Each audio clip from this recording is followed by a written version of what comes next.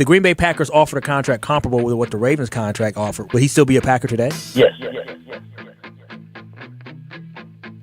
Jaire's dad says what's going on. Jaire's dad says what's going on. Jaire's dad says what's going on. Jaire's dad says what's going on.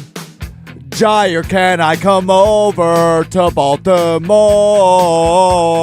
Baltimore. We can hang around and play catch with Lamar. Play catch with Lamar. Did Goody give you a contract you want? Contract you want? December 28th at Lambeau, you can taunt at Lambeau around and play catch. I know we're not the defense that we used to be. Since Joe Barry walked out, it's all about Halfley. Jaire's dad says what's going on. You're moving out and we waited for so long. Jaire, can't you see? You're just not the bag for me. I know it might be bad, but I'm a fan of Jaire's dad. Jaire's dad says what's going on. Jaire's dad says what's going on. And away we go on a Friday edition. Mr. Irrelevant, I'm Alex Strouf with you from the Gruber Law Office's One Call That's All studio at the Avenue downtown Milwaukee. Josh DiMaggio's here, shaking his head at me. Will Summers is here. And Hunter Vaughn, as always, back at the Everlight Solar Studio in downtown Madison. That is my Packers parody song for this week, Joshy. I wish this bit would end. I got bad news. I love it. I'm having so much fun with it. Maybe we need to find something where you could just play these for yourself and we could pretend other people are hearing you. Trick you of some sort. You sing like somebody who has hearing issues. Like you don't know what your own voice What are you sounds like. talking about? I thought I crushed it today. You've never crushed it? Oh, that's not true. Why are you When it such comes a to these hater? songs, zero crushing. Yeah, you hate music. No. You hate art. I hate bad music. I'd say I'm one of the world's foremost art entertainers. Oh, come on. Art enjoyers. You just lied. I'm going to pull what you said to me earlier this week. No. You just lied. A few people consume more music and more literature than I do. Few people on earth. Will, what'd you think? I heard the beat of the Stacy's mom coming from the room that you were working in this morning, and I liked that song, so I was pumped. I thought this was your best one yet. It actually made me laugh, legitimately. So Thank you, good Will. job. Appreciate that. Yeah, not a hater, Will Summers, known as a non-hater. Not a known disliker. Correct. And also not bragging about the amount of literature he takes Yeah, in. you notice he snuck that in. What a just douche, after huh? saying he listens to music, he's like, by the way, I also read literature. That's art. You were talking about art. Nobody has suffered more arm injuries from patting themselves on the back on this program than Josh DiMaggio. You were the one who went art. If you wanted to keep in music, we could have had that discussion. But you tried to get highfalutin and call what you're doing art. We're going to have to put Instead of Josh on the insult. IL because he's going to have to get Tommy John Yes. from patting himself on the back so much. Hey, you. Uh-oh. I'm going to save Hunter from this because he's generally pretty smart, even though he was part of that. 2 of the 4 people on this show could be greatly served by reading more. Oh, I don't disagree. Care to enlighten me? Well, yeah. Duh. I think it would do you well in life, in a lot of things. Thanks for that, Captain Obvious. Hunter, what'd you make of the song this week? It was so bad it was good. Like, it was a negative 10 out of 10. It was horrendous and awful in all the right ways. That's the whole thing. These are all the equal level of bad that at some point there's diminishing returns. Oh, but this one, it's still fresh. This is only week 4. Yeah, and it's 4 weeks. I think you got a thing about being publicly humiliated. You think I have a kink or what? Yes. No, I think I just understand the field in which I work in. I don't kink shame. I just want to throw out there real quick, an intern walked into the room right when the first sentence you said was, I don't kink shame. But she's like, what the hell did I just walk into? There's some degree here of you like to be humiliated. Hunter, do you think that's true? I don't know that that's true. I think that's just how it happens often. I think we're bordering, like, we're getting very close into a weird thing that we might have to tell you to go to therapy for. We're not quite there, but we're getting close. Well, speaking of which, don't forget this Wednesday, June 25th, I will be throwing out the first pitch at the Lakeshore Chinooks game at Capco Stadium in Mequon as they take on my former employer, the Green Bay Rockers. Spent the season as their PA announcer. In Green Bay. That was 6 or 7 years ago. I'm going to injure myself patting myself on the back. The amount of times you have to mention the insignificant jobs you've held, like my former employer, a team that I didn't know existed before you said the name. Like, what was that? Yeah, but now you're just lashing out, I Josh. mention it. Yeah, I mention it because it's a special moment for me. Because they're going to introduce me for the first pitch, and somebody on that sideline is going to go, oh, yeah, I remember I hope him. no one's listening, but this is akin to throwing out the first pitch of like a high school game. Wow. Are you getting a jersey to wear? I might buy one. I don't know if You they're should. gifting me one or not. You could probably get a custom Yeah, one. you got to get a jersey at least. Yeah, I would agree. What number? I'll buy something that... I guess it's a little different, though, when you beg to throw out the first I didn't pitch. beg. You begged. This one was offered. You begged. I begged a different team, and that has not come to light yet. This one was an offer. I got my Northwoods League begging mixed up. That's on my fault. I agree. That's my bad. That one's on you. I'll take the hit there. That's so good, man. That's so good. All right, we got a ton to get into today on Mr. Irrelevant. Hunter's been planning for this Giannis talk thing all week. So Hunter's eventually going to grab the bull by the horns. We will play our third ever edition of Story Swap in a bit as well. But let's start with Jaire's dad. You heard the quote at the beginning. He joined Kyle, Brust and Nortman on Wednesday and essentially told all, right? Like it was almost like the Bachelor, Bachelorette version of Men Tell All or Women Tell All. Like this was Jaire's dad tells all on the eventual divorce between the Packers and Jaire Alexander. Obviously, he winds up in Baltimore. If you missed any of our reaction to the Jaire to Baltimore signing, you can catch that on Wednesday's edition, episode 266 of Mr. Irrelevant from earlier in the week. You can find that ESPN Wisconsin app, YouTube, wherever you get your podcast, Apple Podcast, Spotify. But, you know, I thought his insight was important. Now, here's the thing. You have to take it with a grain of salt, right, Joshy? Like, I think you and I would probably reach the same conclusion there. He obviously has an interest, and that interest would be his son. And he was defending him, and he's been doing it for weeks now on social media. And, you know, he was given the opportunity earlier this week on ESPN Wisconsin to kind of give his side and Jaire's side of the story, which led to the eventual divorce. I don't know if, I don't know. Hey, Will, good to see you in studio, man. Thanks for being in here. You get a haircut? Yeah. Oh, nice. Looks You're the only one. Yeah, it looks good. I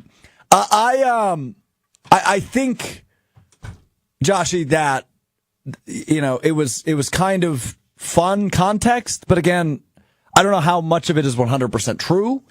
I think it's mostly true. I tend to agree. I think there might be a little rewriting of the history where I don't think Jaire signs the same exact deal he did with the Packers, with the Ravens, as he would with the Packers. I mean, it's pretty clear to me. The Packers and Jaire both knew it was unlikely they were going to come to a restructured contract, and Jaire has every right to do what he did. They're saying we want to give you a lesser contract, make it incentive-based. That also means he can be traded anywhere, and they can do whatever they want with his terms. So for him to say, no, I don't want to accept a lesser contract, even though his dad said he would, I think they accept one that is higher than the one the Ravens give him, most likely, because you're realizing at that moment that you are able to sort of, in a way, control your destiny because you still have a contract. It's important that we kind of try and figure out we're both Jaire and the Packers sort of done with each other and ready to move on? Because that's the main point I am stuck with. And we can point to the Packers taking so long to release him. Like, once it became clear he wasn't going to accept a different contract so they could trade him, that should have probably been the moment they just said, all right, we're done with it. Tend to agree. And I think it goes a little different, even if that, like, I think the Packers made a PR mistake here. People certainly would still be disappointed in it, but if you just kind of let him go and figure out it. Like, bygones are bygones at this point. Now this storyline has carried on the entire offseason. It's going to continue to boil over because it took so long to come to a decision, and then he also signs that contract. Yeah. Which, like, we know, and I find it interesting that we know the parents who are vocal around the Packers. We do. The first time I knew Jaire's dad had a Twitter account was last week. Yeah. And I don't think his dad becoming more vocal is a coincidence. I would agree with that 100%. I think that it's a deliberate way for them to sort of try and write their own story to a story that was really only being told from one side. Yeah. So I think the truth is in the middle.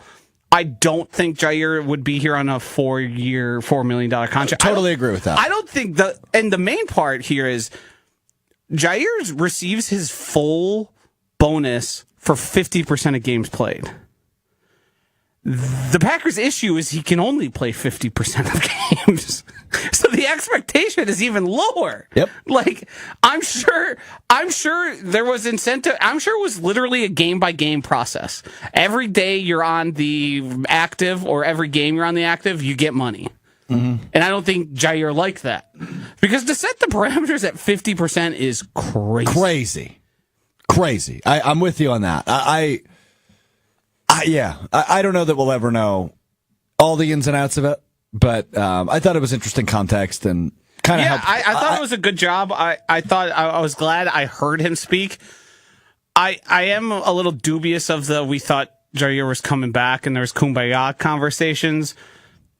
What were those? Was it Matt LaFleur being like, hey, happy birthday, you're a great player, and like I'd like to have you on the team? Because like we've seen Matt LaFleur do stuff like that a lot. Yeah. Where he very deliberately and I think smartly pins himself as the middleman between Goody and the players. I was just about to say the same thing. Yep. Where he builds favor by saying, I think you deserve money. I think you should. Yeah. He's a player's coach. Yeah. Right? And he's always going to have their back. And, the other part of that is he doesn't make the roster decisions at the end of the day, right? That's not Matt LaFleur's job. Matt LaFleur's job is to coach the guys that are on his team. And as far as he is concerned, Jaire was under contract this entire offseason, right? It's as simple as that. So the expectation for Matt LaFleur, while he obviously knows more than maybe he leads on sometimes because he's involved in those conversations, he is always going to pick the player's side because it's just the smart decision no matter what happens. Right. It makes your job easier. Bingo. It also helps sort of make a bad guy in the situation, even if, like, I'm sure there's situations where Matt LaFleur plays the good guy, but he's part of the bad guy when he's talking with Brian Gutekunst and Russ Ball and whoever. Because you have to make a business decision at the end of the day. And that doesn't mean you don't like somebody. And I think they all understand that, and the front office probably doesn't take any of that personally. No, I think you and I agree on this. So, interesting context. If you missed that conversation, you can find it on the ESPN Wisconsin app with Jaire Alexander's father, Landis Alexander, and the KBN crew. Very terrifically produced show each afternoon from 2 to 5 on ESPN Wisconsin. I think it was important. It's also important to, like, if you actually drill down to the conversation, the idea that they were unwilling to come to a contract agreement because they were fear of being traded somewhere sort of tells you they weren't really going to agree to that unless there was somehow some like guarantee, like a no trade clause put into the re-sign contract. Yeah. Because if we're signing any sort of lower offer, like Jaire's contract is one of the most tradable in the NFL. Mm-hmm. Like that's easy money for like any team to take on. Mm-hmm. So if that's a number he was willing to sign for, how do they alleviate the fear of signing it and then getting traded? Which I don't think makes sense. Yeah. Like when you boil it all down.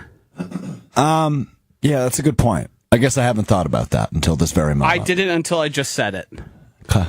But working through it together, though. Yeah. If you put it together, it inherently would lend itself to Jaire being unwilling to sign the same contract he did with the Ravens because... Yeah, I don't know if I believe him when he says that. I don't... Because there's way more complications in Green Bay than there would be in a fresh start, right? Which ultimately ended up being Baltimore for him. And clearly, they believe his injury was misdiagnosed, and that's a thing that's going to linger with them. Yep. Like... True or not, he did have a surgery in the offseason. Now, plenty of players have tons of surgeries in the off season, and many of them correctly aren't. Like it's not required to be operated on, but it will in the long term be better for you to get it operated on. Like, I mean, Chewy talks about all the time. Like, you'll miss time, but you can't really make it worse. Yep. With what you're doing. And the Packers and Jaire clearly disagreed on something. And I don't know how you come back from that, especially with the way Matt LaFleur, who is the players coach, but the way he behaved when Jaire missed some of those games. He was not thrilled. No. And that was obvious to me. All right. Okay. I need a gavel. I don't know if we have a gavel. What's this? We do have a sounder. I don't know if any of us have that ready. I'm just going to use this as a gavel. Hold on. That's actually not a bad sound for that. I am making a declaration. I am making a rule on Mr. Relevant going forward. Yeah. The name Jaire Alexander is banned until training camp begins. We're done talking about it. It's fine by me. Yeah, I think that's fair now. Yeah, we're done. Wish him well. But what if he goes out and trashes the Packers? I will lift the ban. Okay, so soft ban. It's more. Yeah, it's a soft ban. It's more of a suspension. Yeah. Because ban to me is dead. Permanent, that's true. Yeah. Because when training camp starts, and then obviously there will be the Week 17 matchup between the Ravens and the Packers. I don't know if Jaire is going to be able to help himself. From trashing? Yeah, I don't know if it's going to be too bad. But he probably won't talk until training camp, so I think we'll be okay. But regardless, banned. Unless he says something. Suspended. Soft ban. Let's move on. I'm fascinated by something with the Packers we haven't talked a lot about. And that would be the drama in the Packers offensive line room. There's a ton of stuff going on in that room that is kind of just flying under the radar as we are here a little bit over a month away from training camp beginning. Now, we have discussed at least a little bit the Elton Jenkins scenario. And that is effectively, he wants more guaranteed money because he is doing something for the betterment of the team by switching positions. And going to a position where you typically get paid less. Yep. So as part of that. But he, their whole game plan once they signed Aaron Banks, the new left guard, was they were going to kick him inside, which he approved. He was in the loop on, he was asked about, he said he'll do it. But he wants more guaranteed money. And that seemingly should be the easiest situation to figure out. The other situations. Zach Tom, star right tackle. Needs a contract extension. He's entering the final year of his deal. Goody appeared on Cheesehead TV earlier this week with Aaron Nagler and Corey Banke and effectively said, yeah, we've had really good conversations. It's in our plans to lock him up. Okay, we can solve that one. Now, an old friend has reemerged on social media. An old friend by the name of Pretty Ricky. I think he goes by Slick Rick now. I believe he's by Slick Rick. He's gone from pretty to slick. So, for those of you that aren't aware, about a year and a half ago, our friend Colin Russo was still working at ESPN Madison at the time.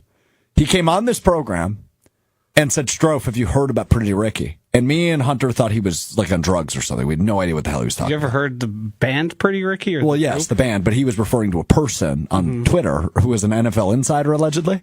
And we're like, we have no idea what you're talking about. He's like, this guy's incredible. He's been tweeting things out before they happen. And we're like, okay. So the long and short is Pretty Ricky is somebody who is believed to have some sort of inside info. He works for an agency or he works for the league. An agent. It's somebody who works for one of the big agencies. So he gets all this information and he leaks it under the pseudonym Pretty Ricky. And he got a couple things wrong last summer or maybe during the season. So he shut down his account, but he now made a new account. And Joshy sent this to us. I don't know if it was Wednesday night or yesterday morning. I think Wednesday night. And Pretty Ricky tweeted, excuse me, Slick Rick Scoops tweeted, the Packers are working on an extension for left tackle Rasheed Walker that they hope to have done before training camp. So before we dive in like this is a fact, consider the source. Sometimes he's right, sometimes he's wrong. Mostly but this right, would though. certainly throw... Yeah, mostly right, though. The thing is, the incentive to make up a story about Rasheed Walker is so little. There's one fan base that even knows who he is. Yeah. Like, if you're making up something about a Trey Hendrickson or TJ Watt extension, that's one thing. That's right. Agreed. But Rasheed Walker, who's an afterthought to, let's be honest here, probably the majority of even Packers fans. Correct. to me would be a weird way to try and get engagement and interactions.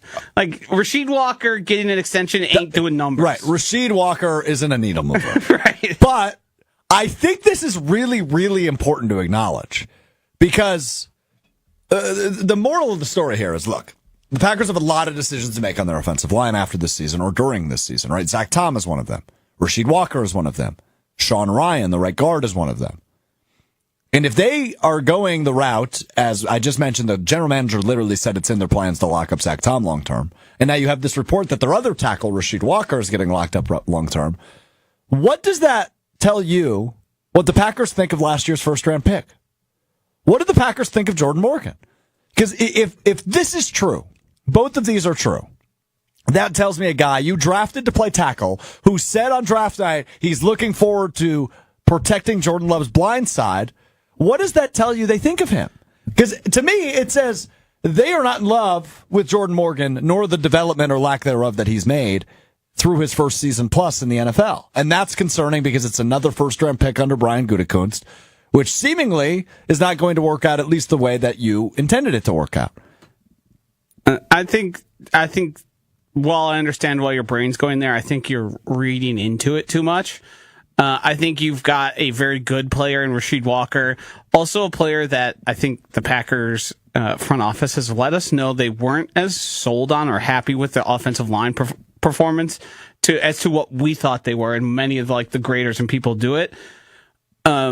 With where Jordan Morgan was drafted, that is totally fine for that to be a starting tackle. Now, you need to be a damn good one as a starting guard.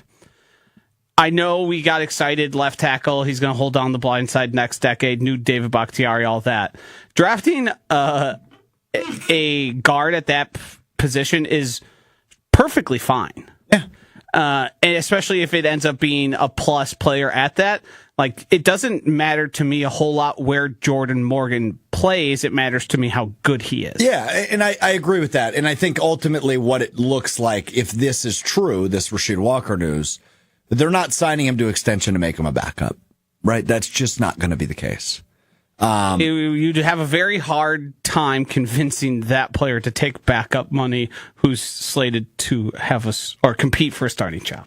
And has done it. Does that mean Jordan Morgan then, to your point, kicks inside and Sean Ryan walks after this season? He's your right guard of the future, probably, right? He split some snaps there last year. Yeah, but I think it has a lot to do with Elton Jenkins is getting towards the end here. He's probably going to get a little bit more guaranteed money, and they're probably done with him. They're going to move guys around that they think can play there, and they're just going to keep around the guys they believe in the most. And right now, obviously, Elton Jenkins is probably the one everybody's most convinced is good, but Goody is not afraid for moving on a year early. No. And Elton Jenkins might still have some good left in him after he leaves the Packers, but I don't think he's long for the Packers. He's one of the oldest players on the team. He's also one of the best players on the team. Yeah. But they also jumped ship on Devontae early because they didn't want to play him through, into his 30s and 30s. No, you're totally right on that. And that's why I'm just a little nervous. I think that's ultimately the conclusion. I also think we have to take a look at the Aaron Banks contract. A big one? Yes, it was a big contract, but in classic Packers fashion, it's only like a 2-year deal. They right? give themselves a lot of outs, and they are paying Aaron Banks a lot of money. He will end up getting a lot from the Packers, but they figured in their cap and they made it so that's not a contract where you're like, it's 4 years of Aaron Banks. After 2 years of Aaron Banks, you're kind of back to where you started. Yeah, and I also think there's a little bit, and you're kind of playing with fire by doing this. A great way to get a good player for under what their value is to make them play backup, not give them opportunities, and then say, oh, guess what? Looks like you're our starter now. And then you resign them before that. They're a little bit undervalued, a little bit underpriced. Yeah. There's no reason Rasheed Walker should probably still be in a competition. If you win it 2 years in a row, it's kind of your job, isn't it? I would agree. You'd think, but when you invest a first-round pick in a guy who went, Hunter was running me through the list of names that were drafted after Jordan Morgan, Xavier Worthy, and Nate Wiggins, I believe, were the two immediately next two picks. Yeah, I mean, I got bad news for you. Xavier Worthy or a guy like Xavier Worthy never ever going to be a Packer. Too small. Well, they just drafted Matthew Golden. He's larger, denser. Denser in terms of heavier? Yes. Gotcha. Not as quick, though. No.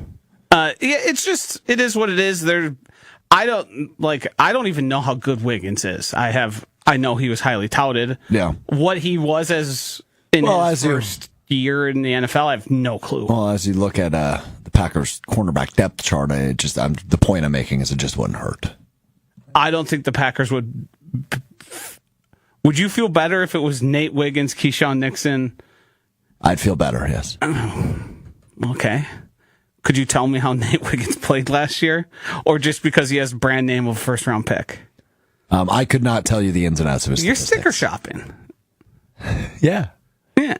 But that's what you do. I mean, that's not what you should do. I'm not agreeing. I'm not disagreeing You're with supposed that. to be better than that as an analyst. Have I ever once been referred to as an analyst? I think, yeah. Will? Unless you've self-referred to yourself as an analyst. And I haven't. Have you ever looked at me and gone, God, that guy's a good analyst? I think you view yourself as one. People did call you that on the comments of the 3-cone drill. Like, these are the NFL analysts. True. That's true. People did call me that. That's true. And if the internet said it, then it's true. Look, let me just say this, Josh. I'm really proud of the show we've built, right? We're 267 episodes into this thing. I think we have a really fun rapport. I think we do a good job when we talk about the sports topics, right? The actual football topics. That was my phone. Don't worry about it. I had to leave last time, so I was starting to have flashbacks. PTSD. Yeah. And look, I'm very proud of the show we've built is ultimately the point here. But I don't think any of our loyal listeners, what Will refers to as the MIA, the Mr. Irrelevant Army, I don't think anybody in the MIA comes here and goes, you know what I come to Mr. Irrelevant for? Strouf's analysis. No, that's not why they come to the show. Yeah, not in like replacement of Jason Wilde's. Right. But they are coming here for your Packers opinions. Yes. Yeah. But I also think my opinions are different than those of Jason Wilde's, and I mean that in a good way. That's why it keeps me employed. Yours are goofy. Also, I'm a fan, and I operate as a fan, and Giannis isn't a diva, and no, he's not a tradable asset. Like, all that type of stuff. That's entertainment, baby. Welcome to showbiz. That's a great little weapon for you to have in your back pocket when you say something that you probably go, maybe I was a little out over my skis. I understand that sometimes I'm disagreeable, but that's okay. I didn't say it wasn't. Okay. But anyway, my point is, I don't think anybody's going, that guy's an analyst. I think you suspend reality a little bit when you get into fan brain mode. Yeah. Oh, and no other fan does that. That doesn't make Strouf relatable to other fans then, Josh? I didn't. Why are you getting so offended? I'm not offended. What was that? What are you talking about? I didn't say it wasn't relatable. I just said our job's a little bit different than a fan. Why did you get offended and accuse me of being offended? I'm not. What's happening? You're more offended than I'm offended. No, I wasn't. Fix this. Fix this. Escalated so fast. Both you guys say sorry to each other right now. Thank you, Will. I didn't do anything. I have nothing to apologize for. Apologize. I could hear Hunter clutching his pearls through the microphone. I didn't get upset. He had his pearls. They're clutched. They're clutched. I can hear the clutching. I can hear his fingers turning red. Maybe I read it wrong, but you sounded so indignant. I was like, what happened? Yeah, no, definitely was not upset at all. Maybe it's just your voice. Probably. All right, everybody's good here? Yeah. Everybody's good? I'm never going to get actually mad at anybody on the radio. That'd be weird. Like, it takes a lot for that to actually happen. That'd be weird. I've gotten mad a few times. I've gotten mad in the moment. As soon as you go to break, I'm not in this show, but go. We don't have breaks here. I'm saying, but like as soon as I get a step away from the immediate argument, you're like, we're talking. Do you need to take a lap? No. Okay, we're good. No. All right. Maybe I'll take a lap in my chair. Here we go. That was so dumb. I love this show. That was so dumb. It's a quick lap. That was. The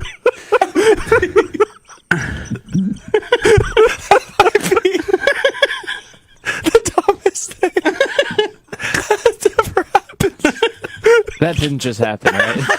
on this show. That might go down as the dumbest moment of all time. Josh spun in his chair. This is a quick reset. Wow. All right. Hey, it's summer, baby, but people need to understand how to behave, man.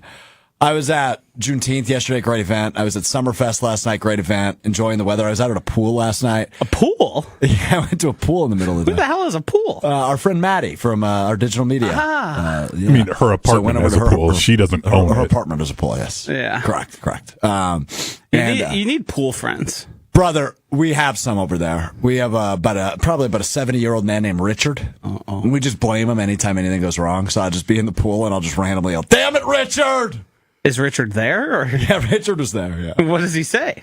He just laughs. Okay. That's just, I think it's just a thing. You kids. I don't know. That's a good bit. But yeah, just like people not knowing where to walk and people getting too drunk and throwing up places and stumbling all over. And it's like, come on. Yeah. We're all here that's for what fun. happens. Can we behave? That's coming from me. I know how to get down. I think this is a broader thing that I've noticed since the post-COVID lockdowns, people getting out and about, forgetting how to act. And even though it's been now 4 years, people still think they can just do whatever they want now. Yeah. Yeah, not to try and make some bigger claim, but I think we all lost a little something during that period. Like brain cells? Yeah. It seems like something changed. I'll just put it this way. I killed a few. The problem is, I don't think in crowds, though, I've ever seen people, like, really know how to behave. This dates back to, like, when I was going there as 17, 18, 19, 20-year-old. Like, my friend group would just, like, stop in the middle of a walkway, and it's like, this is the main aisle of Summerfest. Right. Move out of the way. There's thousands of people walking through here. So I attended the, you're going to love this. Uh-oh. I attended the Natasha Bedingfield concert last night. Weird. Why weird? You know 2 songs? 3. Okay. 3. These words. Are you Pocket Full of not Sunshine, and familiar Unwritten. with Jack's Mannequin? I actually realized I'm not. Thought you were a real tune head. Yeah. Somebody asked me that today. They're like, "You didn't go check out Jack's Mannequin?" I said, "I don't know who that is." Crazy. So anyway, I spent a little time with Gary Clark Jr. as well. He was terrific. Slays the axe. Yeah, dude, he sure does. Slays the axe indeed. He was great, but Natasha was fun, but it was so packed. And to your point, like the aisles to the She's seats. doing numbers for having really. Let's be honest. She has one big song and a couple 2. popular. I would say Pocket Full of Sunshine is also massive. Yeah, but Unwritten is like. Huge. Yeah, that's the one where, like, you see this happen at Summerfest all the time or any of these festivals. These people with literally one popular song can have massive crowds. Oh, big time. Yeah. And Guys. she did last night. It was huge. Yes. I don't mean to break this up, but we actually have something important. The Wisconsin Badgers are suing the University of Miami as of 12 minutes ago over the Xavier Lucas debacle. This is far more important than Natasha Bedingfield. Quote from CBS. This was literally the first article that I saw about this. Under the terms of the agreement between Xavier and Wisconsin Athletics, it remains in effect and enforceable. The Badger student athlete who has signed these agreements expect Wisconsin Athletics to honor the terms. In turn, Wisconsin Athletic relies on the student athlete representation in signing these agreements, and they will do the same. So basically, Wisconsin's accusing Hunter. Xavier Lucas of breaching the contract that he signed. Breaking his NIL contract. Okay, so this is certainly a first of its kind. Yeah, so lawsuit. what I think we need to do here is, and you might know, but I was going to go to Hunter for it since he seems most locked in on this stuff. What is I remember this happening, there was the not being released to be able to transfer So issue. he effectively was not allowed in the transfer portal? And the reason he was not allowed into the transfer portal is because of he signed what I believe, and Hunter, correct me if I'm wrong on this, but I believe it was a 2-year agreement with the University of Wisconsin. It's NIL Collective, which I believe is still called the Varsity Collective. They may have rebranded at some point. So Xavier Lucas was this highly touted cornerback, for those of you that aren't in the loop on this. One of the best and most promising things of a bad Wisconsin football season last year was Xavier Lucas. Was a true freshman cornerback, had some really nice appearances and some really good games for them. And this offseason, when Wisconsin ultimately didn't make a bowl game and their season ended, everybody was excited about the potential of the defense backfield, led by Xavier Lucas. And then it came out, I believe in January or February, that Lucas was going to be transferring. Problem there is, though, Wisconsin had this contract, which allowed him, or stated that he would play there 2 years. And so Wisconsin said, yeah, you can't enter the transfer portal. You're under contract, effectively. And he visited Miami. He's from the Miami area. And he found a roundabout way in which he could literally withdraw from the academic side of things collegiately at the University of Wisconsin. And he enrolled in Miami despite still being under contract with the University of Wisconsin's collective. He then enrolled in Miami. Miami gave him a scholarship, and now he's on their football roster. But he has still not been released by Wisconsin. Is the 2-year NIL agreement, is that unique across college I believe athletics? it is becoming more popular. And I, if I'm not mistaken, I believe last year's recruiting class was the first where it was very normal. Yeah. We saw it a lot within that recruiting class for freshmen. And so, yes, but this lawsuit, this is kind of and look, we've referred to NIL and the transfer portal ever since this occurred back in 2021, when NIL was allowed in June of 21, so about 4 years ago now. It's been referred to as the Wild Wild West, right? There's no rules. You can do whatever you want. There's no salary cap, right? Universities can spend as much money as they have or want to on various NIL deals. There's no precedent. So this actually allows, it sounds like Wisconsin is going to be the trendsetter here, in terms of, hey, we have this kid's signature on a 2-year contract. He only did one. He left the university despite not being legitimately in the transfer portal at any point, and that's ultimately how we get here. So the Big Ten, just to do a little bit of cleanup before we get back to you, Joshy and Hunter, on any additional thoughts on this. A couple of things from this lawsuit, which was officially served today. Wisconsin said in a statement that they are reluctantly, quote, end quote, filing the suit, and they are, quote, committed to ensuring integrity and fundamental fairness in the evolving landscape of college athletics, end quote. The Big Ten Conference is helping Wisconsin and their collective with this lawsuit. The Big Ten Conference supporting the suit against the University of Miami. And yeah, this is becoming a more and more thing, but this is certainly the biggest case of this, in which a player breaks a contract they sign with the collective. Now, it should be once again noted, Xavier Lucas did not sign a contract with the University of Wisconsin. Right. He signed a contract with the Varsity Collective, which is the NIL collective in which represents the University of Wisconsin. So it makes it really convoluted and complicated, because that is the state of college athletics as it stands right now. But this is fascinating, and this is going to be a really, really big deal. Also, it is important to say that the university is filing a lawsuit on behalf of the collective here. Well, not like literally on behalf, but it's a joint. It's not their effort. Contract. It's not the university's. Correct. And Hunter, before you go here quickly, the one thing I'll say, and it's sort of how I felt about this, when this first started popping up and like the issues, I view it much like the tush push.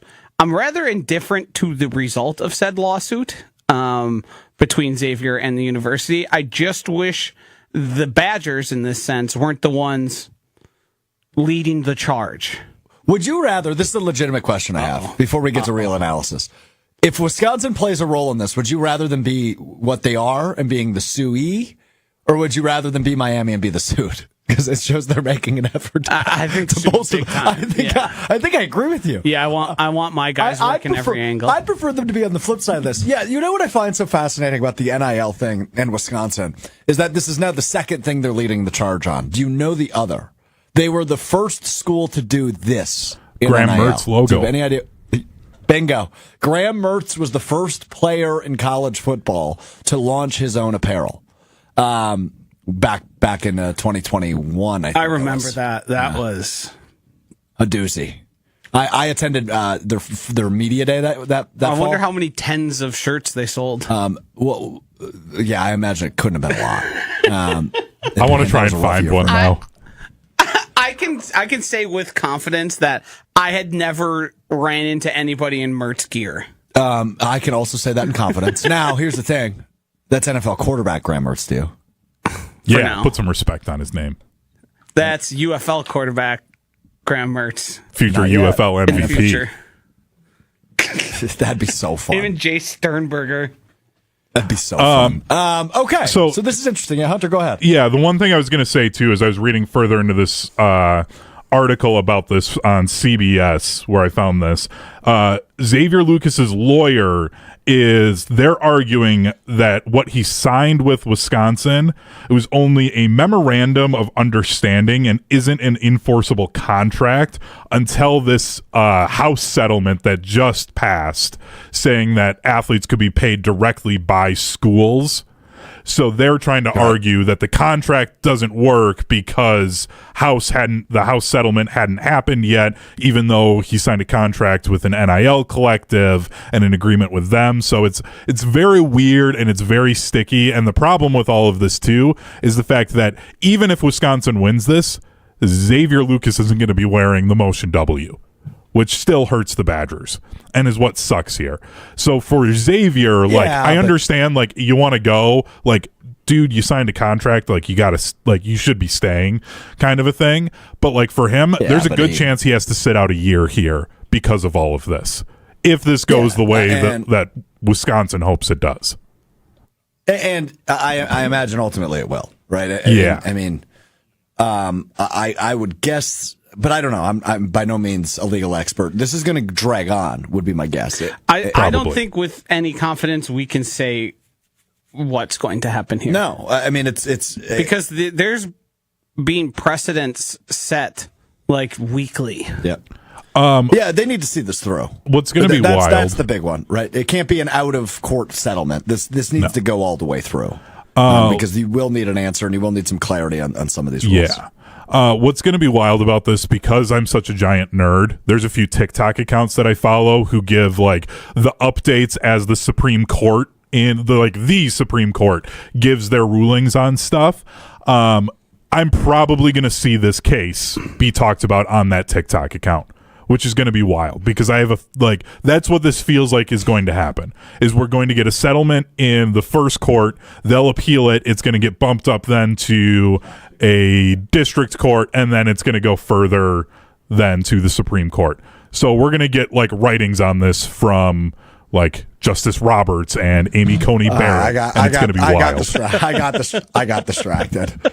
You said, I know. And I quote, I'm going to be seeing TikToks about this. It's going to be wild. I got distracted. My TikToks have all been about Karen Reed. Who is that? I have no idea. She was a woman. I've been seeing her everywhere. Who was tried for murder of her boyfriend. But she was found not guilty. Go down the rabbit hole. It's worth your time. She was found not guilty.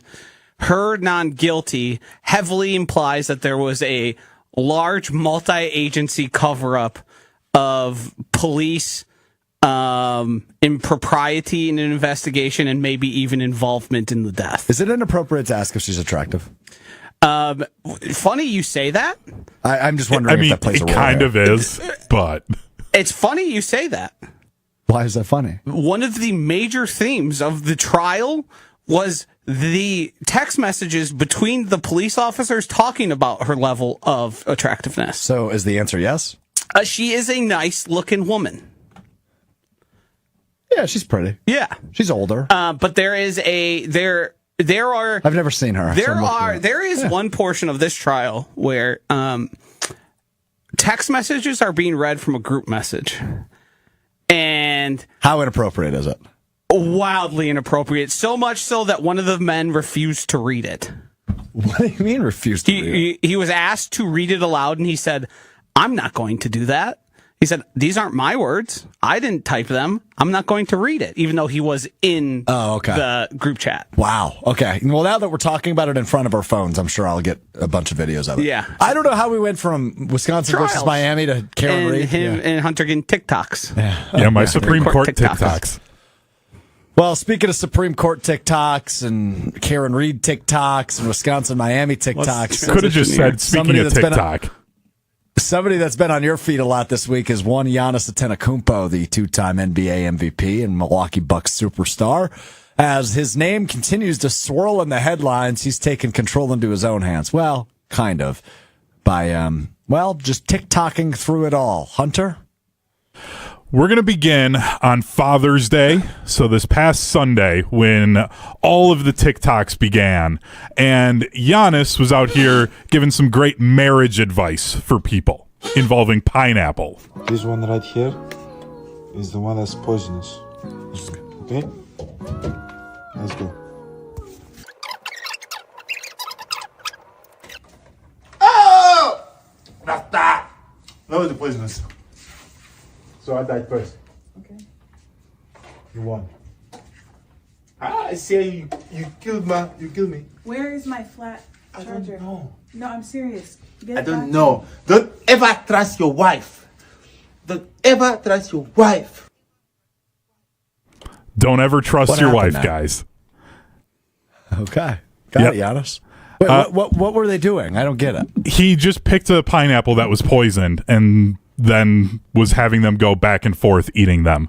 Wait, what do you mean it was poisoned? He just randomly said, this one's the poisoned one. He's just being goofy. I don't get it. Okay, I don't get it, but continue. I know. It got 3 million views, though. That's Giannis, baby. Then Giannis got wild. This next video had the caption, "When she tells me to get ready for baby number 5." Giannis and his wife Mariah have 4 children. What's your nickname? She don't wanna say gonna no more. She might start calling me him. Might start calling me him. I'm him. I need you making it hot. The stakes is high. The prices is high. I'm about to fly to Dubai. I'm gone. Horse and boot. HB on the tie. I with the one-on-one ride.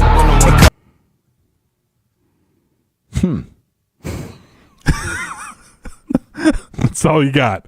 On Father's Day, Giannis telling everybody that he getting ready for Gonna have baby a number starting 5. 5 of his own. Yes. That's good. His next one, he just had a video. He's just talking in Greek. Couldn't find any way to translate that. So the comment section was very he's, for those that don't speak Greek, he's signing with blank team. But here's that video. Ευχαριστώ. Παρακαλώ. Μπιφτέκι. Παρακαλώ. Ευχαριστώ. Χωριάτικη. Ευχαριστώ. Σουζουκάκια. Παρακαλώ. Patate. What's he say? I don't know. No idea what he's you saying. couldn't find a translation? No. So why are you playing it? Because it was funny that the comment section was all just, he's signing with the Heat. He's signing with the Knicks. That was all on Sunday. Mariah? I believe that was Mariah. Yes. I didn't know she spoke Greek. I was going to say, has she been teaching herself Greek? She must I have. mean, I She would must have. guess. They've been together they go for there a in the while. off season. Yeah, languages are hard, though. That's a good point by Josh. Good point by Josh. Then we go to Monday morning. Giannis decided to take a DNA test, and he was shocked by the results. Now, again, Giannis being from Africa as well as then Greece, and these were the quote DNA results.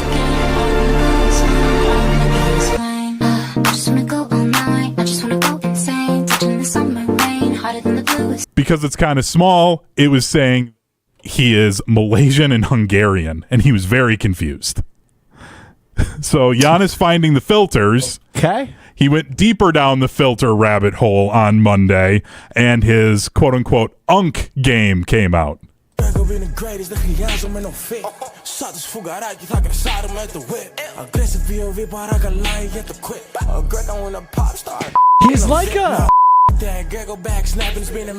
like a child who's just discovered TikTok for the first time. Yes.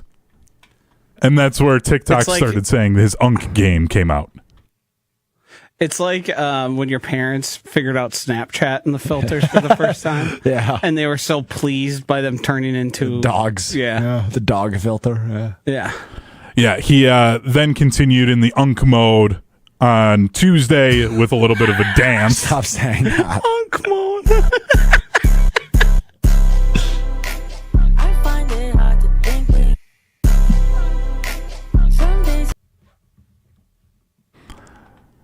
then I think I again, could pull that off.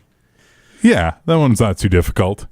I gotta say, if I was as rich as Giannis, you would not find me doing little dancey dance on TikTok. Dancey dance. I would just simply be being rich in a better way. That's what makes Giannis cool, though. This is what makes him great. Sure. He did some longer form videos on Wednesday, also went live a couple of times with Mariah, and those were just him answering questions and that. And I believe I did see at one point Mariah said to him, "You are going to regret this in 2 months," in one of those videos. yes. So she did Which call him out I for tend all to of the agree with her. cringe. Yes. Yeah. Never We're trust only your wife. halfway through here, guys. Oh, jeez. Yeah, he's been going wild all week because I've been locked in on everything Giannis has been doing on social media, hoping to get some clue about where he's going to go. And I feel like he knows that and is just toying with me now. So hold on. In any of the videos that you're about to show us, does anything about basketball come up? Does the word basketball get uttered? No. Okay. All right, what's next? So this is then from Thursday. He had 3 videos that he posted all within like As an in hour. yesterday? Yes. The first one, as he put it in the comments, he went to his Albert Antetokounmpo doing some math with the filters. Can't put the sound with it. Would have been too many edits there. But he's just doing some math equations. Okay. He's laying in bed playing math. 6 minus 1 is 5. Yep. So just playing some math. He continued just laying in bed and decided to blind rank some celebrities. No Okay, who's idea. that? I can't see from here. I mean, it doesn't really matter. He put Leonardo DiCaprio 1. But he's just blind ranking celebrities. No idea if that's a this controversial is take. based on who he likes. He put J.K. Rowling number 2. So Must be a Harry Potter guy. yeah, no idea what this was. And then he continued the blind ranking by blind ranking some different brands. TikTok 1, shocking. Then he goes to fast food. McDonald's, KFC, Burger King. Okay, Nike's obviously going to be one here for these brands. Yes, with the shoe Vans brands. 2, Adidas 3. Yep. Good non-controversial list from him there on the brands. Would you? Yeah. Uh-oh. Would you be disappointed if you found out that Giannis was receiving payments to be active on TikTok? I hope not. Because this has been fun. Maybe. We've got But I'd be one more, disappointed. too, I don't by think the way. so. Make it stop. Giannis then posted this morning, he and Mariah went to the beach. Where are they, Greece? Yeah. It's beautiful. Are you just learning this? No, not for the first time. I don't know. It's kind of, were they the only two people on that beach? Did you know How Greece- private of a beach Did you know Greece's location in Europe? Could I point it out on a map? I think I could get close. Okay, it's one of the most recognizable countries in Greece just based off of its shape. That's embarrassingly bad. Yeah. Yeah. I think in It the world. is quite recognizable. Yeah. You realize like its locality and the climate and what it lends itself to, right? I guess I don't understand the question. That beaches are common. Well, yes, it's an island. Well, not an island. What's not an peninsula? island. Peninsula? It's not an island. Peninsula? It's a couple of peninsulas island is- and a lot of islands. Can you pull up a picture of Greece for me? Yeah, I'll just get do you it. a picture. Okay. Like Strouf, this is bad. All in all, guys, what I learned from Giannis's TikTok this week. Oh, sure. It's right next to Turkey there. That's what you agency. recognize? Agency? Aegean. I'm just gonna let you. I'm just gonna let you try and figure this one out. Anyway, I learned nothing Beautiful. from A lot Giannis's of islands. TikTok, and this was completely pointless, but I still had a good time trying to deep dive his TikTok. Well, we're glad you had a good time, Hunter. I don't know if we did, but we're glad you did. Will, what'd you think? I'm very profoundly informed that his favorite restaurant's McDonald's and KFC, then Burger King. I thought it'd be Burger King too instead of KFC. To speed this up, I did. Thought he was a Chick-fil-A loyalist. To speed this up, it's a little late for that. He did. He ranked his favorite. One of the blind rankings was fast food. Here, 1 second. Okay. So there was another video. I skipped over it. He blind ranks his favorite fast food. To speed this up, please wait 1 second. Hold on. Here. Chipotle, number 1 pre-game meal. Chick-fil-A, no. 50 piece, baby, 50 piece. Chicken minis. Number 2. Chicken minis. So he put Chipotle. You skipped the best one. Should have started with that one. Yeah, you skipped the best one. Oh, I thought that I had the full Giannis, one of him doing all 10 and thought it would be too long. Forgot that I had the short one. Where did he end up ranking Greece? I didn't see that. I mean, Greece. I'm looking at a map of Greece. Where did he end up ranking Chick-fil-A? 2. Wow, But it I was can't believe he hasn't held a growed. What? What you just say? Whoa. Do I need to start teaching you words, buddy? A grudge is what I wanted to say. What did you say? Growed. Not even close. Hey, take a lap. Take a lap. Take a lap. Take a lap. All right, every Friday, Joshy and I print out the story that we just didn't have time for. I want you to read mine first this time. Okay, I was going to ask Hunter who goes first. I was going to say Josh goes first. Well, I got bad news. I'm going first. This is headlined, The Hill. Yeah. Is that the publication? Or is this the name of the story? Read and find out. ChatGPT can harm an individual's critical thinking over time, a study released this month suggests.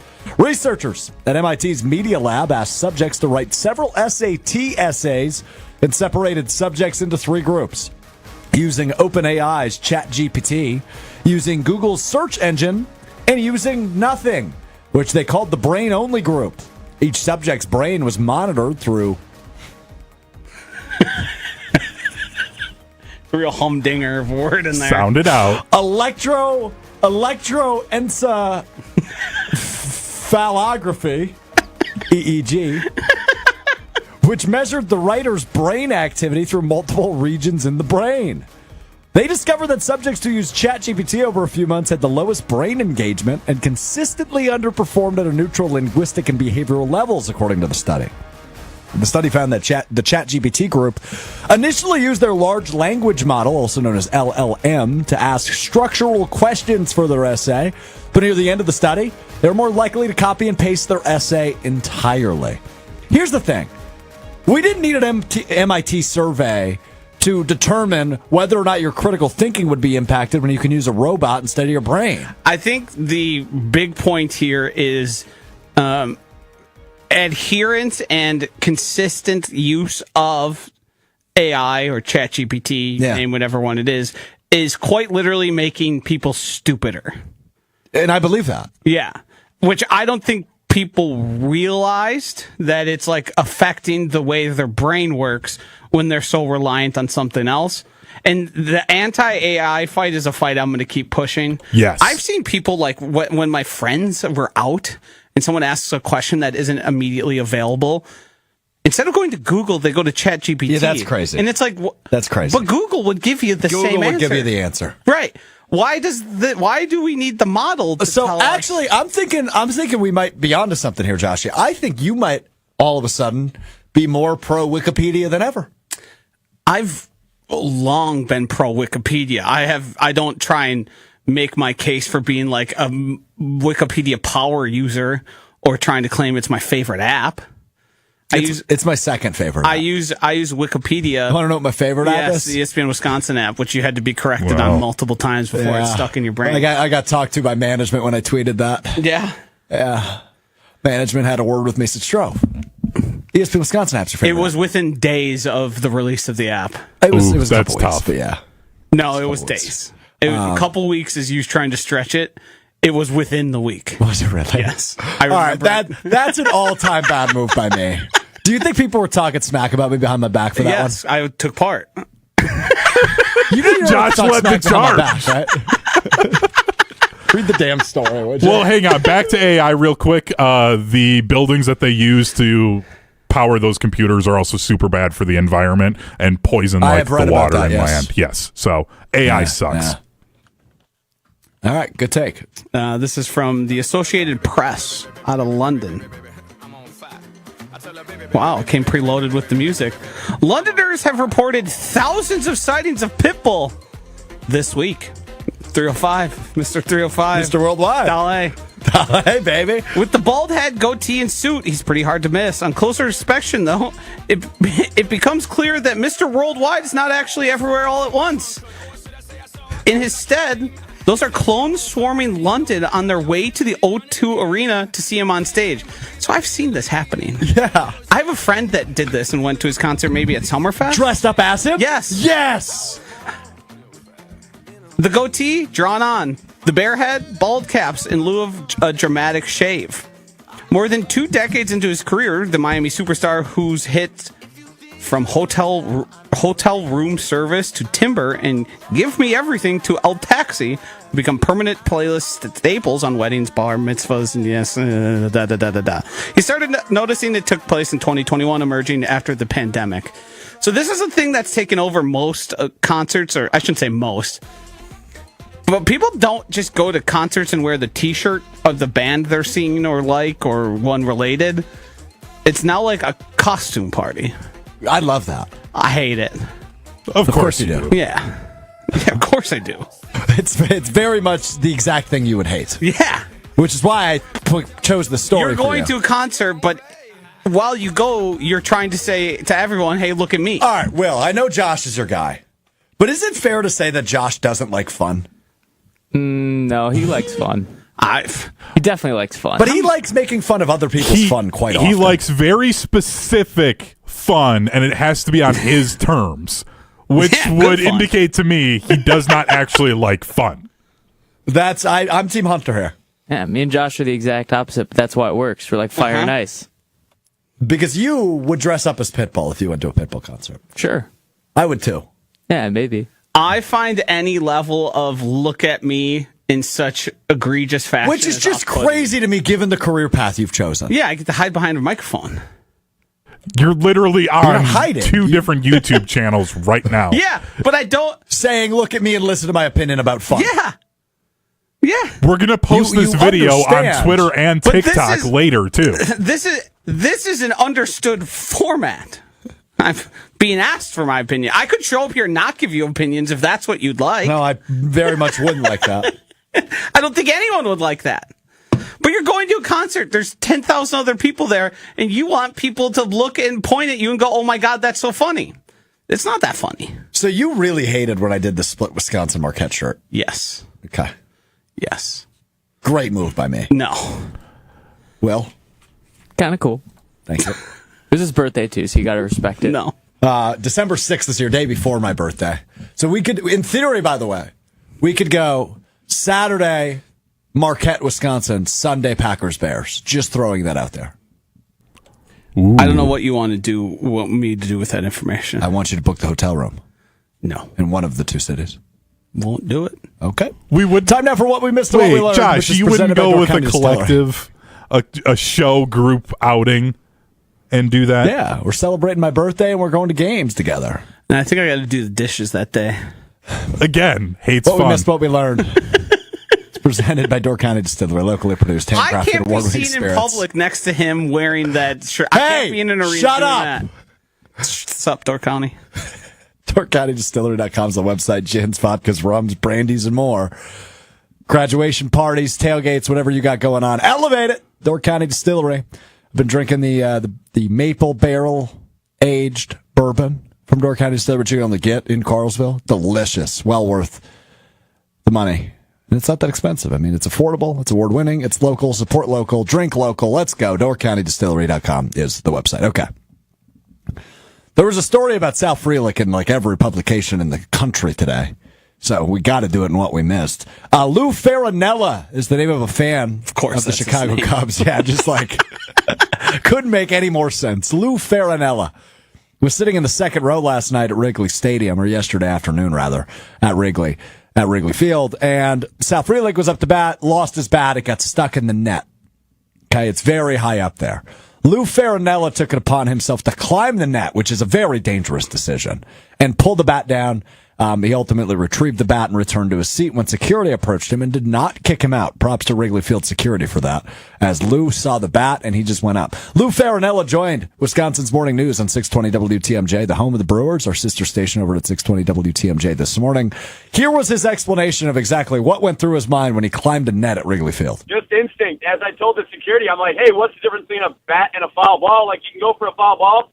I just went for the bat. And funny enough, like, that was the second time in my life I've actually gotten a bat like that was thrown into the crowd at a Cup game. The other time was, I figured out it was 1997 when I was 17 years old. I mean, funny enough, I was telling that story like a few innings prior, and then so when Frelick threw the bat, I don't know, it was sitting there, dangling up, and I'm like, I'm just gonna go grab it. So I think what makes this story all the more impressive is that Lou Farinella is 45 years old, and he climbed that net. That's a horrible idea. So bad. It's so bad. He should have been thrown out. Probably. Yeah. But I actually respect that they didn't. It's like people at the bar who are like standing on chairs and tables. Yeah. It's extremely unsafe behavior. And look at me behavior, which you hate. It is. Look at me scale the like. There's a baseball game going on. But also, I love how he started his answer with, it was instinct. And as I told the security, there's not a big difference between a ball and a bat, which that's not true at all. That's categorically false. This is similar to something I do where whenever somebody drops something, I like to yell fumble and jump on it. What the hell did you just say? You guys don't do that? No. I can't say I've ever heard of anybody. I'm not hitting the deck very often. I can't say I am either. I'm not afraid to. If somebody drops something, you yell fumble and jump on it? Yeah, or I'll pick it up. Huh. When I imagined it, yeah, I'm just a football guy. I imagined you diving on it and then like hugging it like they do fumbles on the field. Yeah, and then I pick it up and then point the opposite way of possession and run down with my teammates to the opposing end zone and do a dance in front of the camera. You're so cool. What words did you learn today, Will? We got highfalutin, which means pompous or pretentious. Josh keeps highfalutin about his knowledge of words and won't get off his high horse, is my sentence. Yeah. Clutching his pearls. You didn't know what that meant? What? An idiom used to describe a person feigning shock or outrage. I was clutching my pearls as I heard Josh disrespect my goat, Benson Boone. And then we got humdinger, a remarkable or outstanding person or thing of its kind. I am a humdinger.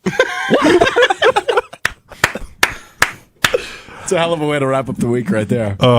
Well, right. we do have one more. Hang on. Humdinger.